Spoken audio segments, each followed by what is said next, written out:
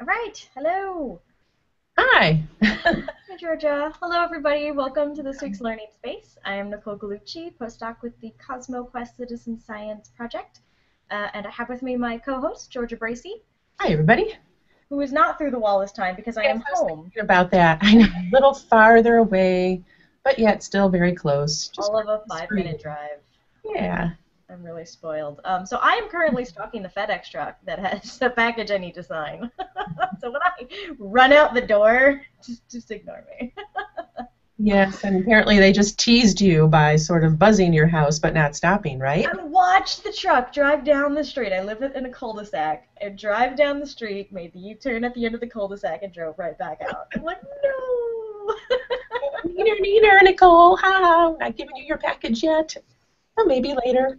I hate signing for packages. Oh my gosh. Yeah. Anyway, that's So, stuff out of the way. Hi everyone. I see we have hellos from Guido and Nancy and Douglas in the Q&A app. yeah, So, hey there. yay! I didn't break the Q&A app this time by using the new functionality that breaks the Q&A app. So, if you are watching this and you want to ask questions, leave comments, say hello, have a chat. Click, there's a little, should be a little yellow thingy somewhere over here on the screen, I think, that says if you're watching live, you can join the conversation by using the Q&A app. So if you're watching on YouTube or Embedded or on Google Hangouts, use that Q&A app to say hello and join the discussion. So we are back from another short hiatus as last week I was at the Astronomical Society of the Pacific meeting in Burlingame, California, which is this odd little town. Well, I guess Burlingame, the town was cool, but we were like off next to the airport where there's nothing but like I don't know warehouses and our hotel, a lot of hotels, and that's where we had our conference of the Astronomical Society of the Pacific. So Georgia, how long has it been since you've been to an ASP meeting? I'm going to say I went last year, but didn't go this year. So it's just been a year. And it was that was San Jose. Yes, we stayed in a dorm room. That was fun. Yes, so San Jose. So it was about a year ago. I don't get there every year, but it seems to be every other year I'll get to it. But I love ASP. ASP, if you're a teacher, you need to know about this group. So not only the conferences that they have are great, but they have a lot of good educational resources. I've known about this group way back when I was still teaching. Great astronomy resources for educators. Some in print, some online, and then some programs where you can get involved and be paired with astronomers. All kinds of great stuff. So you should check out. It's astrosociety.org. I think so. I'm pretty sure. And lots of great stuff there. So, yeah, I don't always get out to the conferences, but I've been with this group for years, and they're fantastic. Yeah, I'm kind of a newbie to the ASP community. But I've been to the conference all the years. I think I've been working with you guys at Cosmo Quest, which is great. And for the first time, I was telling people I finally feel like I'm catching on to all the education research lingo and can finally start to contribute to the conversations on some intelligent level. It's a lot of astronomy education and outreach. A lot of education research. There's a lot of sharing of best practices. There's a lot of talking about evaluation, interesting, cool programs, different ways of teaching. A lot of panels about diversity. I particularly went to a 2-hour workshop on stereotype threat, which was very enlightening and wonderful. Ooh, I didn't hear about that. Yeah. They probably had something on the new science standards. I don't know if I forget whose Twitter feeds I'm following. Oh, okay. Not necessarily for that workshop. Okay. I didn't actually go to any of the NGSS stuff because I'm a little NGSS'd out, to be honest. Well, I was going to say, you probably don't need it quite as much as some, but yeah. But the one on diversity and stereotype threat, there was a really great activity which involved us wearing like brightly colored wristbands and having to come up with social conventions within our little societies, which were our tables basically. And we had to interact with the other societies. It was a non-threatening way of showing how stereotype threat works and how, not stereotype threat, but how stereotypes work in particular and how there can be miscommunication between societies with different norms and taboos and behaviors.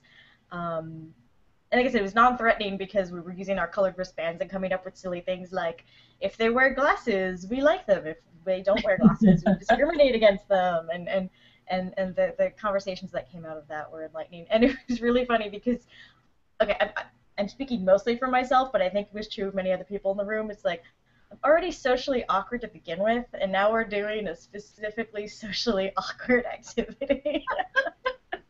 But that's okay, and it's supposed to be socially awkward, right? And Yes. It's part of the experience, so. I had to go apologize to everybody who didn't wear glasses. I was like, I wasn't ignoring you. I had to for the activity. I'm sorry. But Who else was in the workshop, or at least with this activity with you? Did you get a sense of, was it like, you know, college? I spent mostly college teachers, probably, or more. It was a lot of informal educators, actually. More informal. Oh. Yeah. But we specifically did talk about university threats to. They showed us a really great video called "The Black Bruins" about a bunch of black male university students at, I forget which one's the Bruins, UCLA, and they're dealing. This is of course far too timely, but their dealings with stereotypes on university campus, and so that was really touching to see that. And what was the name of that again? Sorry. The Black Bruins. It's a spoken word piece. You should definitely check that out if you just to understand a little bit about what they were facing on, or they are facing on campus. Like I said, I don't remember exactly which college it was. College. So what they face in terms of stereotype threat as a university student. So we talked serious, and then we, like I said, we had a much more lighthearted activity so that we could get a feel for those things and interactions that you have to be aware of when dealing with people from different backgrounds or different cultures. So that was a really helpful workshop. That's great. That's great. Now, that wasn't one of the ones happening before the actual conference, or was that during? No, that was during the conference. I know they do run some stuff before. No, I wasn't there early enough for that. They do a Galileo teacher training program workshop usually the day or 2 days before every ASP meeting, and I wasn't there for that. Okay. I showed up for the ASP meeting actual. But yeah, there are 1 hour workshops and working groups. There are or special interest groups. There are 2 hour working groups and workshops, and then there are also 10-minute talks. As well as all the plenary talks that aren't scheduled against anything, so everyone can go to that. Yeah, a lot going on. Yes. A lot going on. Sorry, I thought I lost audio for a second. Hangouts is yelling at me. Okay, we're good. So a couple of other things that we talked about. There was a couple of discussions about science literacy and what science literacy means. And I'm going to see if I could screen share this photo. I blogged about this on School of Doubt. Screen share. I blogged about this on School of Doubt. It was an image shown during a talk. Oops. I'm making a mess of things. But showing kind of a taxonomy or hierarchy of scientific literacies. So kind of like Bloom's taxonomy, which, if you're familiar with that, it's like different learning objectives. How would you explain Bloom's taxonomy? Different levels of thinking and learning. So from the very basic of just memorizing the facts to all the way up. Now there's a couple different versions of Bloom's, but and you can Google it. But the very highest would be more higher order thinking, like synthesis and evaluation. So from very basic to more complex and deeper ways of thinking and learning. So this is a similar thing. This is a similar thing. It's not quite working the way I have the Windows shown. But it talks about science literacy, or a scheme for science literacy, using a pyramid structure like that. And I'll read these off since the type is small and it's a digital camera picture.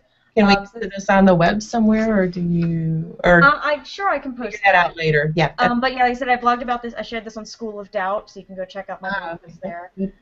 So there's fundamental literacies like basic things like the fact that science uses evidence-based reasoning is important, and that is one of the important things we try and get across. We're trying to get across, especially hopefully with the new next generation science standards, is that using evidence-based reasoning to come to a conclusion is the basis of how science works. And understanding that fact and truly grasping that process is probably the most basic thing you can learn about science. And yet we think of science literacy often as, what facts do you know? Do you know that the Earth goes around the sun? And we call people stupid because they answer that question wrong, either because they, legitimately haven't thought about it, or they just got tripped up on the wording. I think that's still a part of it. So the fundamental understanding of how science works should be the basis of that particular scheme. Then, of course, if you want to go into science, you need to understand a little bit of technical literacy, so numeracy and estimation they list. Now, math is scary to so many people, but to be able to think in a very general quantitative way is an important skill that people need for all kinds of jobs, decisions, life decisions, voting, reading the news, anything like that, so that you don't get duped, basically, by someone trying to sell you a line. So that's kind of the next that's like the next level of the pyramid. And only then and only then do we get to scientific content. Like, what are the planets? And things like that, which, again, I know from my schooling personally, a lot of it was what the science content. How much content do you know? How much content can you spit back on this statewide test that everyone is taking at the same time on the same day? Yes. So was presented as a way of building up a scheme of understanding science. And up at the top you get citizenship literacy, so how does science apply to my life? And then applying to society. So the big things, of course, are things like spending money on the space program, climate change. Climate change is a huge one. We have I think there was another graph in this talk showing that over all the literature, over some tens of thousands of papers, 97% showed evidence or arguments in favor of anthropomorphic, human-caused climate change. 97%. So, like, that is consensus. But it's how it affects society and politics and all of that is a huge issue. And so you can understand the science content, but you also have to understand how we got there. That's that fundamental literacy before you can really appropriately apply that to life. It seems kind of complex. It seems like a lot of work to get everyone scientifically literate to this level, and it is. I don't know if you have any thoughts on that. But it looks like it shows you all the pieces, like all the components to being scientifically literate, because literacy is not only having some content knowledge, but it's sort of you need to know more how that content gets to be. How do we know what we know? Kind of like Astronomy Cast, and the processes that make it happen, and then how does it apply to my life? Why should I care? Kind of thing. So it makes those connections between the world of science and your own personal world, and they should be very well connected, but a lot of times they just aren't. And sometimes we just don't see. We don't see how the connections that are there. And so this looks like a nice sort of schematic to help us see, what's involved. So it's very interesting, and it's interesting. It is kind of like Bloom's taxonomy that you say, there's different ways of thinking about how we learn and how we think. And it's not always that, we just want one over the other. We kind of need them all to work together. So a lot of times people say, oh, one's a lower level and we shouldn't be there. And sometimes maybe that's true, but, you need to be, like you say, at that fundamental level first and then move on from there. So it's all important. It all should be in there. So that's very interesting. So was that I haven't heard of that before. Was that a new sort of proposed schematic? I found it. It was in Literacy his or talk, and I've looked over some of his articles on his website, and I didn't see it in any of those okay, I articles. was I'm not wondering. sure where it was originally from. It sounded like it was something he had developed as in terms of an argument or a Yeah, presentation. very interesting. Um, but I wasn't able to find a published copy of it. But I will share that picture Maybe not yet. now in the comments over on the event pages for that. Some other things that they talked about in terms of literacy are our friend Sandlin Buxner works a lot in understanding science, where college students get their science knowledge, where they get their science literacy from. Yeah. And so some of that was talked about in here, and in terms of, well, for the most part, most people these days get their last big dose of science in their college gen ed class. Right? You have to take a science course. It's your gen ed. You have to cover it somehow. People get their last science there. Now, enrollment in science courses has dropped significantly between. There was another chart showing over the course of several generations how science courses were on the rise, and science courses are on the rise still in high school, but for Generation Y, or I guess it's the millennials now, we're the millennials, that has precipitously dropped for college level science. But it's still the last place people get their science, even if they only take that one course. And they've been presenting research over the years, and it's been cool watching the research build up as they come to, bring in more data. First of all, they showed that students tend to get their information from Google and Wikipedia and the internet. For most scientific things, when you put it into Google, one of the first things that comes up is Wikipedia. So Googling and Wikipedia are basically synonymous when it comes to a lot of scientific concepts and where students get their information. However, students believe, so they're way more likely to go to the internet than open a textbook or ask their professor. Okay. However, they understand the fact that the most accurate information is going to come from an expert in the field or their professor or a textbook. So even though they don't necessarily use that as the main resource, they realize that's the most accurate source of information, and the students who realize that are more likely to understand the science content. That was some of the new data they showed. More likely to understand the science content, even if they use the internet, as long as they know to use it with caution. So I think that's encouraging, right? For my generation, right? The millennials who go to Google for everything. But use it carefully. Yes, we're using it. But we use it carefully. We are using it carefully, and we understand that that's not the be-all and end-all, and it helps to talk to somebody who's, got expertise in the field. I know, it's a good first pass at something, but then if it's really critical, go beyond that. Go to an expert. Go to at least a peer-reviewed source of some sort. Right. Yeah. And a lot of students, do realize that Google Scholar is the place to go if you want to. Yes, it's Google, but it's searching specifically mostly peer-reviewed articles, and that's Google Scholar lets you search that really easily. I, grew up in astronomy research, so I never used Google Scholar until recently because we had Archive and we have ADS, the Astrophysics data system, which is everybody uses to search all the astronomy articles. But that's within our one specific subfield. Right, it's very focused. Yeah, Google Scholar is great for searching any field, and so I'm doing a lot more. My education research, background research through Google Scholar.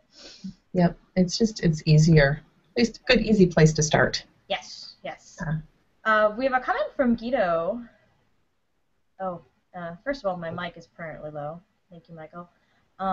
Also, Michael Jobin says, critical thinking is an everyday thing we should do. Absolutely. It's that's why, it's not just for science. It's not just for doing science. It's for, sorry, I'm playing with my mic. It's not just for doing science. It's for understanding, the world, including, is this car that they're selling me going to die? So that is a great comment. And Guido says, scientific literacy means A, knowing the basics, and B, knowing where and how to look up something I don't know. You'd be surprised how many people are not even able to do B, and that's true. That's we have this, we have the brain extension at our fingertips all the time. We just need to know how to use it properly. Yep, and that's where the critical thinking comes in. Yeah. You pull up something on the internet, think about, what's the source, who's writing it, are they biased, Yeah. what are they getting out of it? So lots of good questions to ask that help you think critically about your sources and where you're getting all kinds of information. So excellent points. And Nancy adds, another aspect to scientific literacy is not being afraid to admit you don't know something and asking the appropriate questions to enable learning. Not only does asking the appropriate questions enable learning, it also, I think, enables science itself. I mean, you need to be able to ask the right questions of the universe before you can get the right answers. Yeah, and it's so important to be able to say that you don't know. That's something I know teachers often have trouble doing because there's this idea about, being the teacher and you're supposed to know it all, and, because that's your role somehow up in front of the classroom. And it's actually much more helpful to your students if you can say, oh, I don't know, but here's how we can find out. We can go to the internet, and maybe we can Google, and maybe we can look up in Wikipedia, but then we'll think critically about what we're seeing and find some good sources, and we will figure it out. But just being able to say, I don't know, opens up all kinds of great inquiry avenues for students and for teachers. You're a teacher, you're an adult, you're a scientist, you're still learning. So. Yay, remember, you're never going to stop learning. Yay, adult learners, lifelong learning. Yay. Yeah, I start teaching next week, so I have to remember that. That's right. I don't know, but I can find out. So write that down. It's okay to say I don't know. Yeah. Just 10 tips for teachers. 10 tips for teachers. I will need all the tips. All the tips. Oh, and also Nancy adds. Oh, you've taught before. Troubleshooting is an extension of critical thinking. It is quickly becoming a lost art. It is easier to throw something out and buy a new thing than it is to fix it. Yes! Hand in hand with the maker movement is the fixer move. I don't know what it's actually called, like the fixer movement. Oh, that would be good. People who fix electronics and keep old things going. I mean, I've bragged about how I've taken my laptop apart several times to get the screen to work again. Yeah, just, oh my gosh. No, you did not be afraid to do that either. It saves you money, you learn valuable skills, you get to play with a soldering iron. It's totally worth it. Absolutely, absolutely. Taking things apart, I had many students, well, actually many parents of students tell me that they knew their, son or daughter was interested in science because when they were little, they were always going around taking things apart. So unscrewing the doorknobs, whatever it is, and of course, hopefully safe, in a safe way, but no playing with toasters and things until they're plugged in. Doing. But yeah, taking things apart and just being curious, how does this work? Or why doesn't this work anymore? Yeah. It used to work. What happened? I never was the kind of kid who did that. Although I did try and build a lot of Rube Goldberg type machines. That never worked. I always used to try to make things and they never worked, but it was fun. Oh, yeah. I don't remember doing that kind of stuff either. So. I do it now. I do it now all the time. There you go. But I was also trained by several engineers in grad school to take things apart and push buttons and break things. Yeah. I learned how to do a lot of that stuff when I lived by myself. So once I moved away and had my own apartment or whatever it was, and yeah, you learn quickly that, okay, I need to rewire this or I need to install something.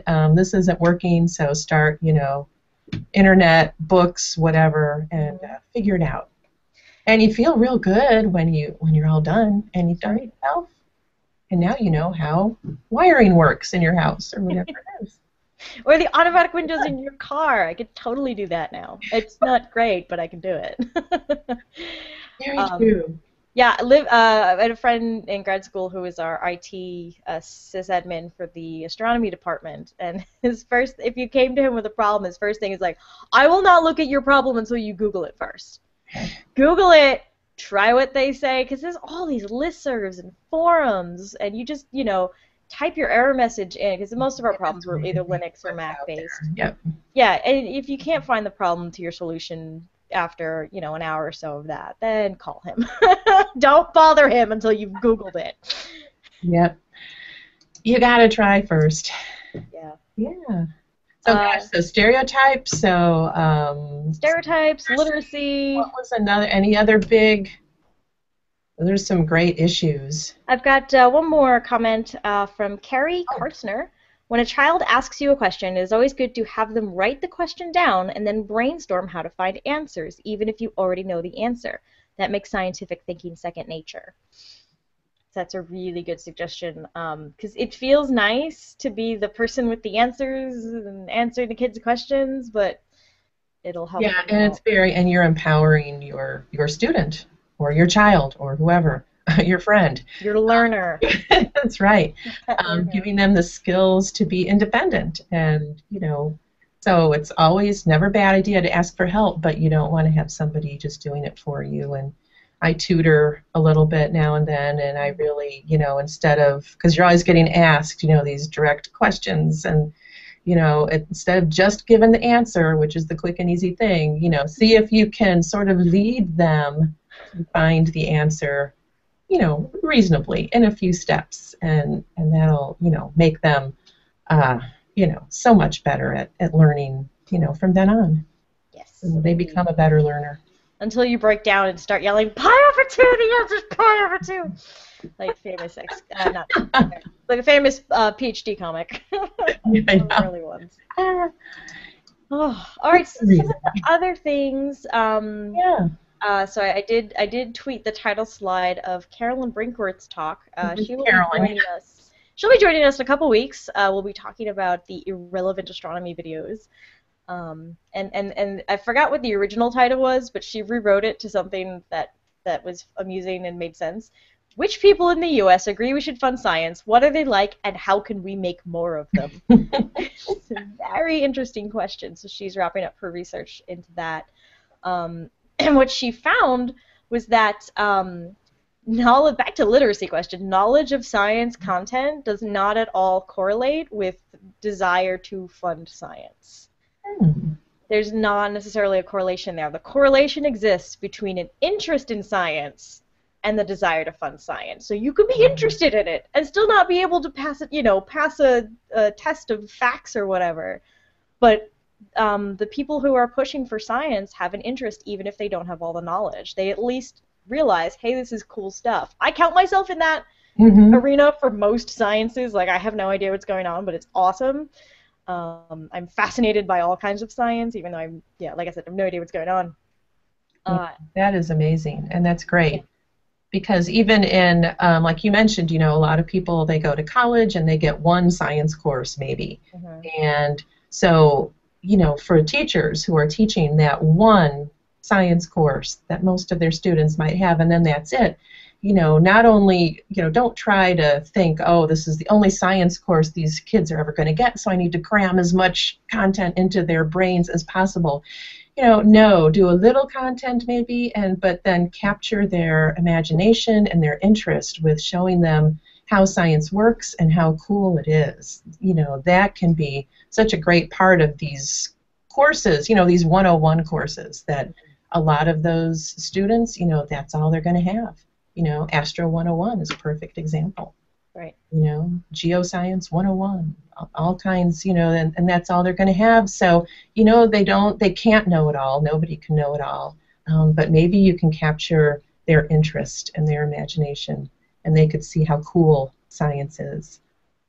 And then, they can go off and vote and make good decisions. Realize that science is important. It's important that somebody is doing that climate change research, and somebody is doing that cancer research, and yes, even somebody is doing that astronomy research that matters. Yeah. Somehow in the big picture. Yeah.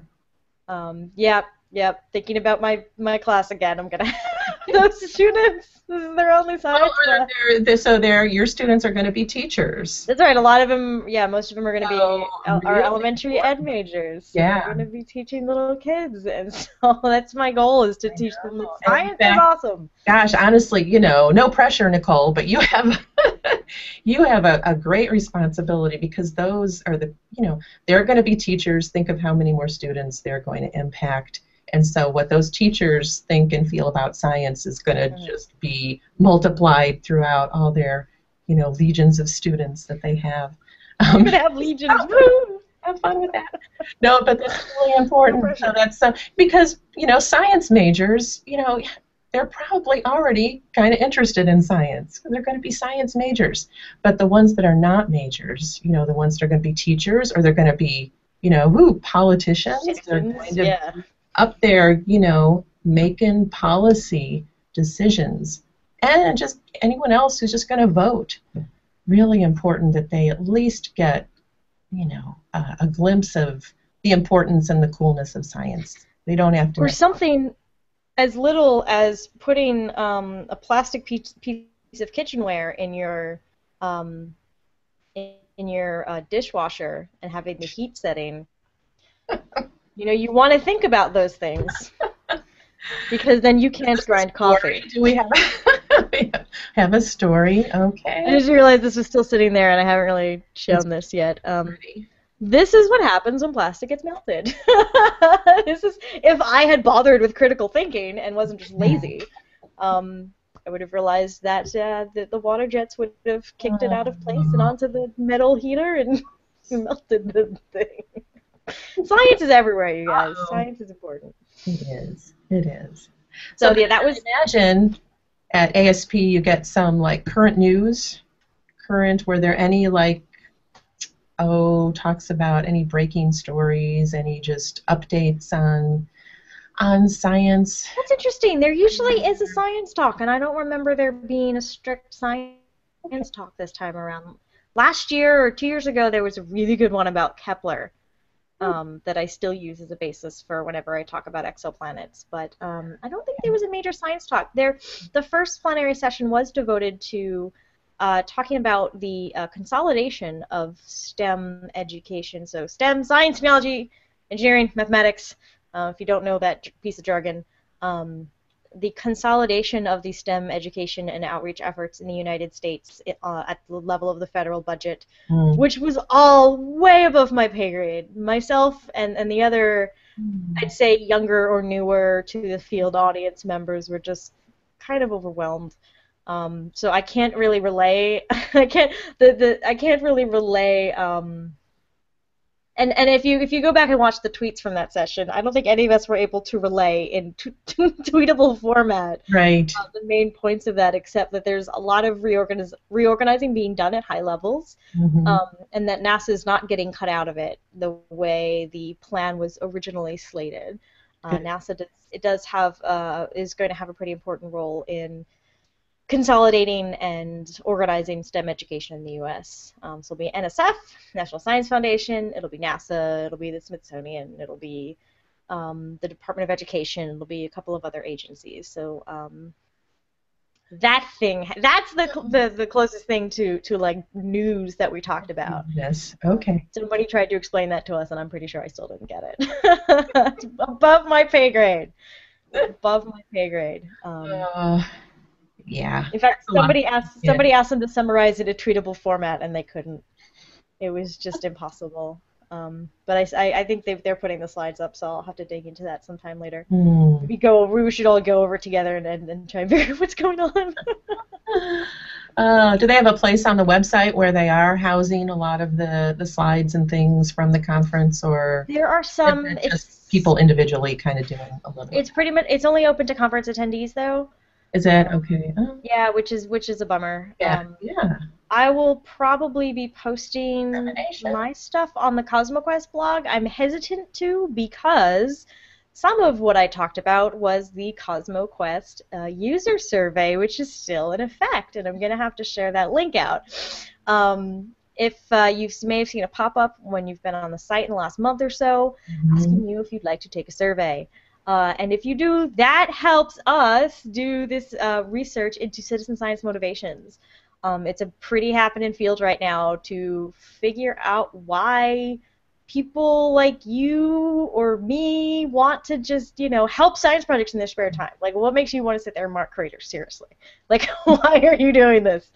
And I know some people I've actually interviewed for that, so you may get a round of emails looking for interviews again. We would love if you can respond to that, because that helps us do education research. That helps us understand how to give people what they want and reach out and do good outreach. So anyway, I really don't want to share those slides yet because it's preliminary results on the survey that you guys are still taking. Save it for later. I'm not going to share that yet. I will share it eventually. So yeah, I'll share that link again. And if you've seen the pop-up and said no, that's cool. But if you see it again, and you can say yes, or you can just go to the link that I'll share. And you can help us do stuff. Make Cosmo Quest even better. Make Cosmo Quest better. Yeah. There's a whole bunch more comments that I wanted to get out. With great, I don't know what this was in reference to, because we've talked about a lot of things that this could be in reference to, but Michael Jobin reminds us that with great power comes great responsibility. Yes, that is a Spider-Man quote. My partner's obsessed with Spider-Man.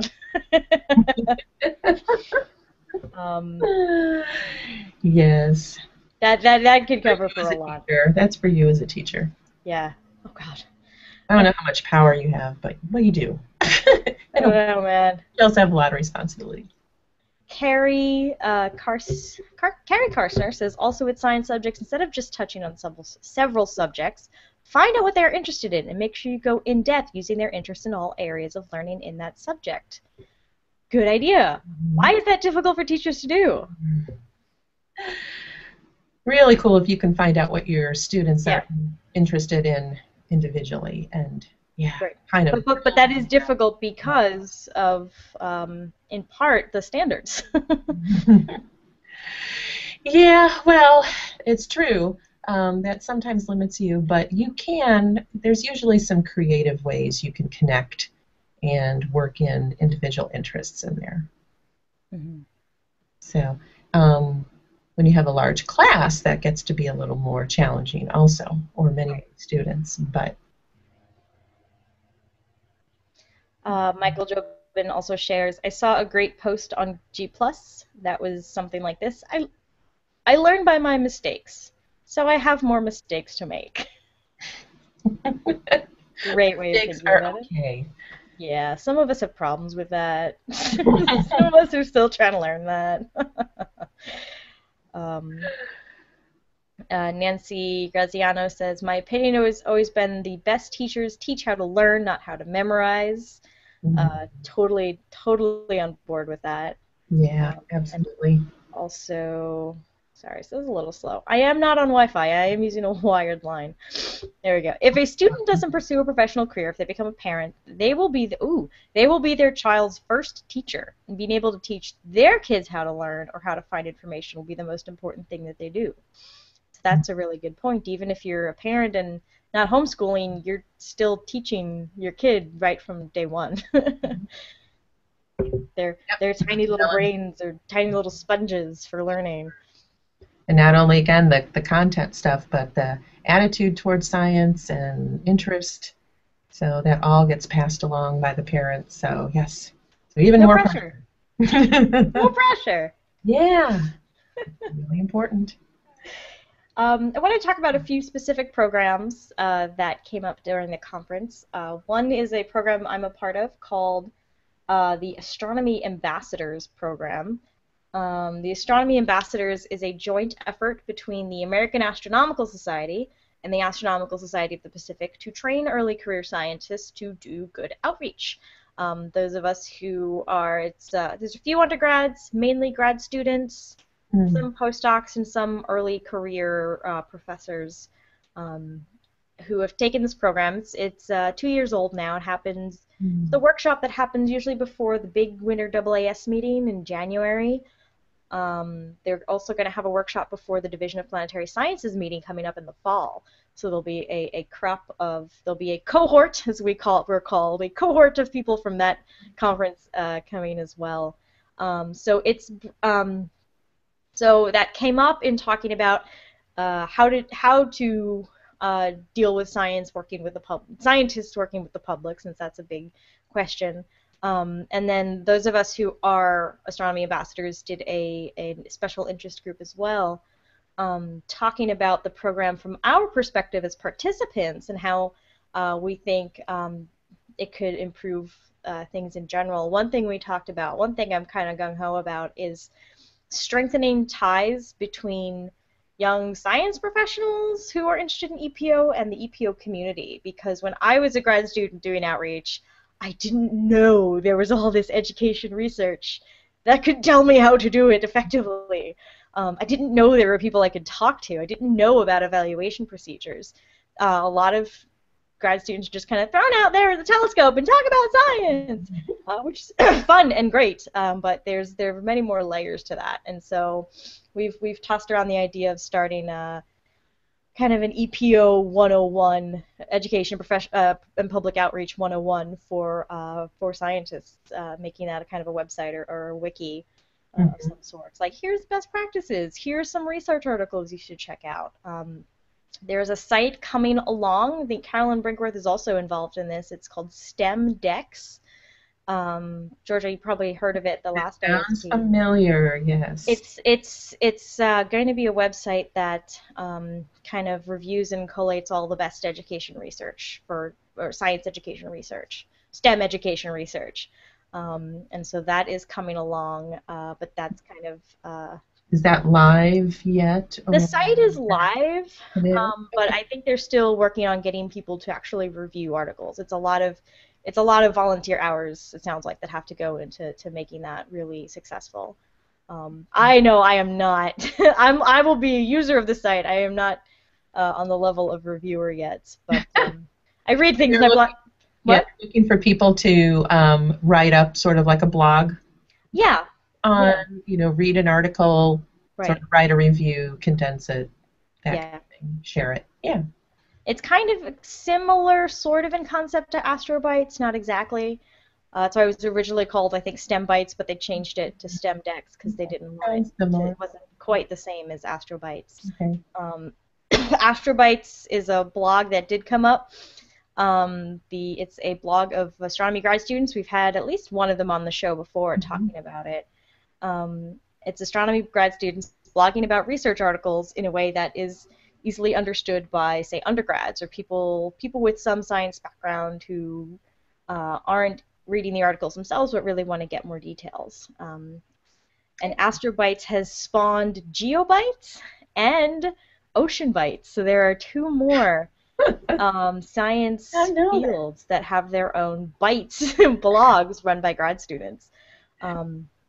Interestingly, they've had a conference called ComSciCon. The last one that they did had 900 applicants for 50 spots. Wow. This is all for STEM grad students interested in doing better outreach. Yeah, so clearly there is a need here. Wow. Between Astronomy Ambassadors and ComSciCon, there's a lot of us who are interested in outreach, either as part of careers as a scientist, or some of us have gone completely off into the EPO direction. I think one person, after Astronomy Ambassadors, even changed their PhD.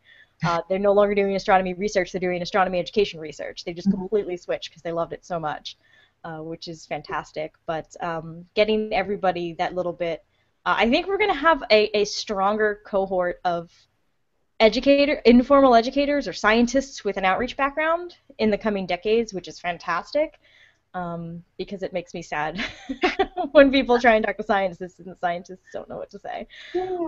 Do you guys as a cohort have to get together throughout the year at all, or is it sort of just at these meetings you kind of try to touch base with everybody? We have a forum where we touch base and talk to each other and give suggestions, and I occasionally bug them to come on Learning Space through the forum. it's what I do. That's And it. Yeah. we also report our activities back to the people who run the workshop, so they can record the outcomes of the workshop and the outcomes of our outreach. So I actually got to look at that, since in preparing for the working group they sent us that, and I got to look at that data, and there's a lot of it, even though some of us are a little behind on submitting our logs. You have to do a minimum of 2 events or some number of hours. It's like way below what I do normally, so I didn't even worry about it as far as minimum goes. But it's nice to keep track of all the things that we're doing as a group. There was one Google Hangout. There may be more in the future where we kind of get together virtually and chat. Yeah. Of course, that's limited to 10 people, and there's more than 10 people in a cohort, Sure. like 20, 25. So, are there certain techniques or strategies that you guys have gotten as a result of the workshop that you kind of like to try out in outreach events? Well, a lot of it is specific, or is it more general? It's both. Some of it is here's some cool hands-on activities you might want to do, including the Comet activity, which Dennis Schatz from the Pacific Science Center does and came up with in his garage with his son when Halley's Comet came around. I'm like, okay, you're the guy responsible for the comet that I do all the time. So they show, and like Pocket Solar System, and so they show cool activities like that. You also talk about practices like using questions to lead people to think about a discrepant event, for example. Oh God, there's this really good activity. I don't remember what it's called, but you have to, somebody has a picture. It's this very simple drawing, and they have to describe it to somebody else. And that person has to draw what they're describing, and there are different levels of feedback allowed. That is another very, it's kind of a silly example, but it's an enlightening activity. It's a great communication activity, yes. Right. I don't remember what that one's called, but they do stuff like that, and so that's really helpful for people who are just starting out or who've done a little bit and want to get better at it. Yeah. I'm pretty sure they'll have applications open for the next American Astronomical Society meeting. Sure, I was going to ask you, if people are interested in that program. Right. So that one I will send around that link as well. But if you just Google Astronomy Ambassadors. the ASP site and the AAS site? The AAS site was the one that came out first, but it's a joint program of the two of them. So. Yeah. Okay. Yeah, it's really cool, and I'm hoping now that I am an ambassador, I can help work with the program and get some more of these resources out there for people who can't necessarily make the workshop or who don't get in because it's also oversubscribed. Not 900 to 50 like ComSciCon, but it's oversubscribed. That just blew me away. Like, they got 900 applications from grad students in STEM careers for this 50-person workshop. Yeah, it's a workshop on how to do outreach. They got 9. Were they holding it in, like, Hawaii? Boston. Oh, Boston, okay. No, it was Boston. It was actually at the Microsoft Research Center where we had the last Astronomy meeting, so I actually recognized all the backdrops. I was like, oh, I've been there. Lovely, lovely site. We almost feel bad walking in with all of our Apple computers.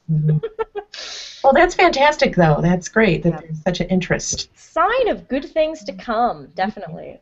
Trying to think of what else. Another program that was talked about because it's a part of the ASP, which I love and want to promote one more time, is the Night Sky Network. This is a resource for astronomy clubs around the United States. They will. I think I got a package just before I left for the conference. If you do and log your outreach events, they will send you goodies. They will send you outreach kits so that you can talk about different astronomy and astrophysics concepts at your star parties, either at a lighted section of the star party or indoors or during the day to a class. So it's a great outreach resource for astronomers, for amateur astronomers, for anyone who's interested in astronomy. So we've talked about outreach opportunities for grad students, for early career, and now this is just anyone who's interested. I am I am a member organization. That's not right. It's the SIUE Star for Southern Illinois University. A club. Star Party organization, which lately has been me, but there's like you're listed, and Tom Foster, who worked on it for years and years, is listed. A bunch of people are listed but because we do specifically outreach, we have benefited greatly from being part of the Night Sky Network, and sharing our resources and getting their resources. And the people who run it are fabulous, and we did a show with them a while back, so you should go check that out in our archives as well. Yeah. Night Sky Network for the win. Great resource. And one more I definitely want to share. It's called Astro Pics. And I'm going to screen share this. That's one I had not heard of. I got a whole bunch of pins. A whole bunch of their pins. I need to figure out what to do with these pins. I need to give one to me. Okay, I'll give one to you. I'll make one. Figure out some way to give away the rest. Astro Pics is a project out of Caltech. Let's see if I can screen share this properly. And it's a repository for pictures from large telescopes. It primarily seems to be housing space telescopes right now. They've got Chandra. They've got some ground-based telescopes through the European Southern Observatory. GALEX is an ultraviolet space telescope. Herschel's infrared. Hubble, you all know what Hubble is. NuSTAR is X-ray. Planck is radio, microwave. Spitzer's infrared. So lots of different... Oh, and Worldwide Telescope, which is amazing and why I still think Microsoft is cool. This puts together all of these images from all of these repositories and surveys and professional instruments and lets you search for them, browse by topic, browse by object, and it gives you all kinds of useful data. So let's see if I can knock things over. Whoops. Casio. See if this works. Cassiopeia. Are these all like shareable, usable? Are they? Obviously, I know a lot are NASA. Yes, so they all show what kind of credit information they have. Yeah, okay. So Cassiopeia is a supernova remnant, and there's a whole bunch of, some of these are not quite Cassiopeia, but there's a whole bunch of information. This particular image is an X-ray image from NuSTAR. It tells you basic information like the distance, what type of object it is. You can download all of these different image sizes. You can view it in Worldwide Telescope, which lets you overlay different wavelengths. Tells you what wavelengths are, like tells you the color mapping of what wavelengths are in the picture. Like, these are the X-ray colors, these are the optical colors, and then tells you a little bit about the object. And it's got image use. Yeah, so basically anything from NASA's public domain. Sure. But it's got image use policies, the sources. Actually, the people from the Chandra EPO team spent some time talking about, as again we've had them on Learning Space too, talking about how to make blobby X-ray images pretty, which is something radio astronomers struggle with too. So we made sure the radio and the X-ray people got to talking to each other. But there are ways of making even blobby images pretty and appealing. As well as scientifically interesting. So you can go there and check that out and download all of the astronomy images that you want. So Astro Pics is pretty cool, and it's in beta right now, but it's publicly available. So that's something really cool to check out. There was a talk on that, so I'm glad I got to catch that talk. Like you said, there's a lot going on, and so it's hard to keep up with all of it. Yeah, it's like most conferences, it's overwhelming, even if you've been there a few times. Right. It gets better. You kind of get the lay of the land and know where to go first or what things to look for and all that. But it's fun though that it's overwhelming. You just get that sense of, oh my God, there's so much good stuff, all this stuff to learn.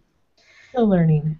And so the hashtag was ASP126 because it was the 126th meeting. They're celebrating their 125th anniversary. The Quasquicentennial? I can't remember. I actually know there's a word for that. Spell that. Somebody had looked it up, and I'm like, oh, I know that, because when I was at University of Virginia, our telescope turned 125, so we had a party for it. But it was the 125th anniversary of the Society. which was awesome. And yeah, the hashtag, so some of us started using hashtag ASP 2014 before the conference started because we were jumping the gun and tweeting about it excitedly before it happened, not realizing that ASP is a very commonly used acronym, and there were several other conferences going on that used ASP. One was a summer camp. I couldn't tell what it was. Another one looked like it was about insects. And then there was totally an African school of physics happening at the same time, all using this. So the official hashtag was ASP126. So you can look at that hashtag on Twitter to see all the discussion. Shorter. It's one thing shorter. It's good. Yeah. It's one thing shorter, and it didn't conflict with all the other people using ASP 2014. That's all right. You know, the 126th time that group has got together. Yes. Which is fantastic. Awesome. So when is the next, or where is the next meeting, maybe I should say? I don't know. It's usually somewhere on the West Coast. Like the last three I've been to were Tucson, San Jose, and Burlingame, California, San Francisco. So it's going to be somewhere out there, hence ASP, but I don't know if that's actually been announced yet. Sometime next summer. Sometime next summer. I'll pay attention again when the abstract deadline comes up. That's what we all do. Like, oh my god, abstract deadline. Type. Yeah, it kind of comes around fast though, really. Yeah. Not as fast as some other conferences that I won't mention, whose deadlines happen for the next year during the conference itself. Oh, well, that's, a little overachievers. I don't know. Still got that one in. That's what's important. Yeah, that's pretty much all I had. I know you wanted to say a word about some interesting astronomical sites that people can see later this month. Oh, yeah, and not too much later. Actually, I was just looking, and you can, because this is an early morning thing, so I always love when the planets get together, and so Jupiter and Venus are in the process of coming together, so they appear in the sky early morning, about an hour before sunrise. So get your coffee and get out there. Some of us are teaching 8 a.m. classes. Junctions in a long time, and so Monday, the morning of Monday the 18th, is when they will be at their closest. Closer than the apparent diameter of the full moon. So if you can imagine that. That's pretty close in the sky. Yeah. And in fact, somewhere I was reading, you will be able to blot them both out with the eraser of a pencil held at arm's length, which is pretty amazing. You got a pencil handy. So anyway, just an amazing sight to see, because these are, of course, some of the brightest objects in the sky, Venus and Jupiter, coming close together in the morning. Look towards sunrise, look towards the east, about an hour ahead of time, hour before sunrise, and just be amazed. Yay. So they're getting closer by about a degree, I think. I might be off by that. But slowly closer and closer, so you can, go out tomorrow morning and take a look and then see how they change. And Monday morning's the closest, so that's a cool thing. I may be up. Early morning people. I don't have a choice. I'm teaching it at 8 a.m. There you go. So another reason to get up. I will probably be up freaking out, so I'll go outside and look. Well, stop. Yes, go outside, take a deep breath, collect yourself, look, and that's something you can share with your students. That's right. Which, and I actually had a high school student at my star party last night, and he was complaining about how he had to get up so early because high school starts early, man. And they have to get the bus early. I don't know what it is now, but our first classes started at 7:55. I know. And to get there, 0 hour. in traffic was like an hour. Some students go even earlier. Yeah. He was complaining about having to be out of the house at like 6 something. I'm like, why are you still here? Go to bed. But I don't know. Teenagers, they have the energy. Yeah. God, I sound old. But anyway, so yeah, your high school students will probably be up that early. I know my brothers would have been on the bus stop before the sun was up. Yeah. Back in New York, waiting for the city bus. Yes, I know. In the dark. Yeah. So that's the cool thing in the sky right now. Yep, and if you've been out, you may have seen some meteors. The Perseid meteor shower just peaked. Of course, we had a full moon, or past full moon, out. In fact, last night I did one of my star parties at the university. Had a bunch of people show up, which was fantastic because it'd been quiet all summer, and then apparently there was a thing in the paper about it, so they all showed up. Awesome. We looked at Saturn, we looked at Mars, we looked at the Ring Nebula. Finally got the globular cluster M13 in the viewfinder again, and then the moon came and washed out everything. It was ridiculous. I bet, did you see any Perseids? Any We did, and of course half the time I'm looking at the telescope because I'm like trying to point the darn thing because we don't have auto guiding anything. And I missed because people go oh, and I'd miss it. But I caught a couple of bright ones. So it's still possible to enjoy the Perseids if you were out at any time last night or if you go out again tonight. Sure. And check that out. And then of course I've been sharing how you can listen for meteors using an FM radio or spaceweatherradio.com, which is a really cool website. They're using a radio radar, I think, to detect the trails of meteors. Yep. So you talked about that on Science Friday. I did. So go check out last week's Science Friday. I talked about that, and a bunch of people who for whom the show is carried live were like, "Oh my God, I know that person," which is really cute, and I got lots of fun messages from that. I haven't listened to it yet, but I've heard it was good, so go check that out. Great. I listened. Like a 12-minute segment, 14-minute segment. I talk about meteors. I talk about using radio telescopes, and I talk about Cosmo Quest. Yep. Which is and the moon. Don't forget the supermoon. The supermoon. Oh my God, we were so sick of the supermoon.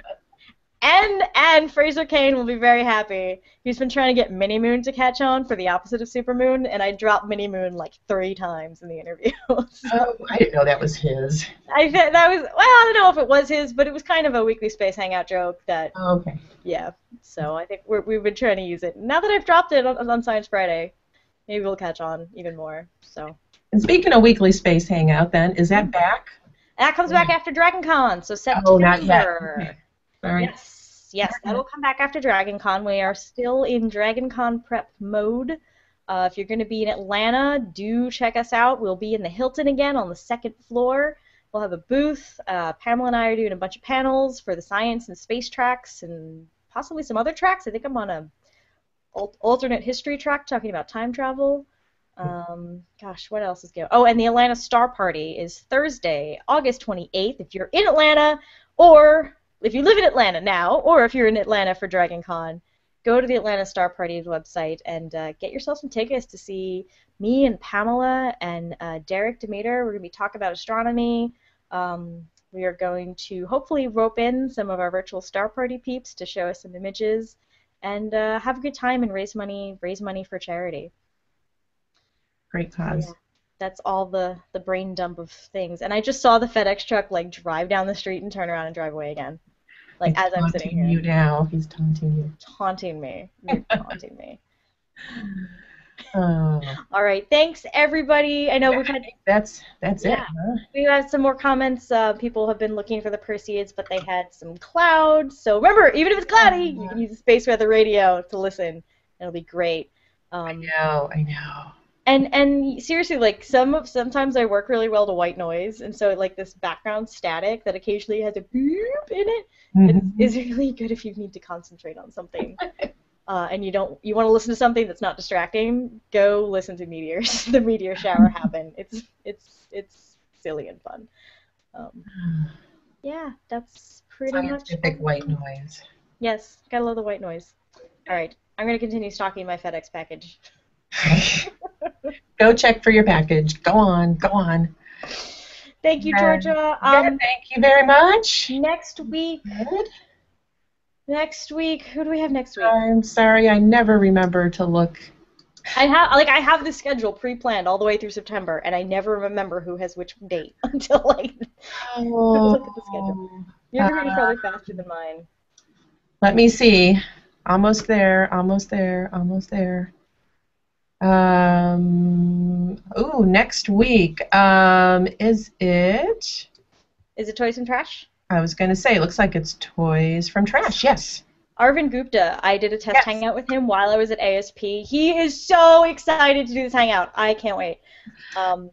Really great, interesting toys, a lot of them science-related and astronomy-related that you can make out of any household item that you've got laying around. It's amazing. He was super excited, and so we're excited to have him on. Actually, it's going to be at a funky time. It's going to be daytime Indian Standard Time, which means it's going to be late night Tuesday our time. So yeah, if you can't make it, that's cool. As usual, it'll be recorded. But we did move the time around to so that it's during the day when his museum is open, that he could do the broadcast. So. Okay. That's next week's show. I will post an event with the proper time and get all that going. Okay. Excellent. Well, thanks for the update on ASP. Woot. Thank you, Georgia. Here. All right. Very good.